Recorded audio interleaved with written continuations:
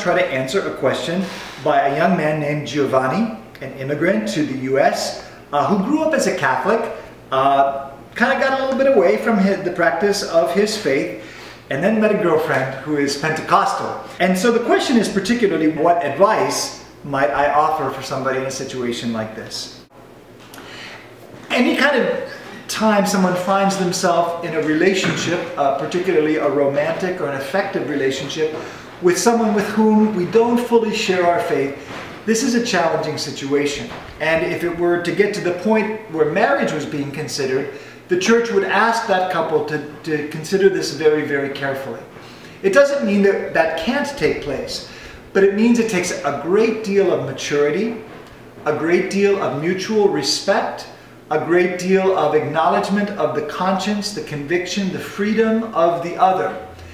Because in a situation like that, if there's any attempt to manipulate or coerce or judge or somehow be dissatisfied with the other person because of this divergence in faith, that would be a very, very dangerous sign for the future of the relationship.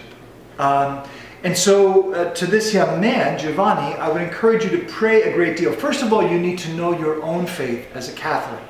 I would encourage you to read something like the UCAT to give you a very basic understanding of what we believe in a clear biblical reference. You're going to have to test the waters a lot with this young woman. I don't know how far along the relationship is, but a good sign would be if you can have an open, honest, mutually respectful conversation, if you can pray together, if you can respect one another's faith, but without expecting the other to meld into you, there could be some hope for the future.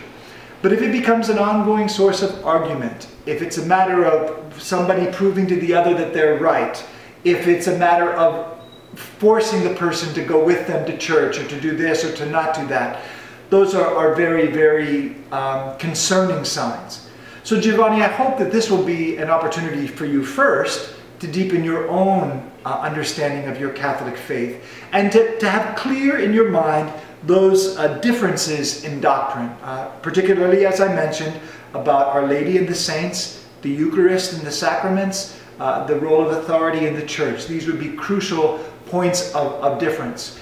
And then I would hope that you would be able to really attempt a sincere, open, honest dialogue with this young woman.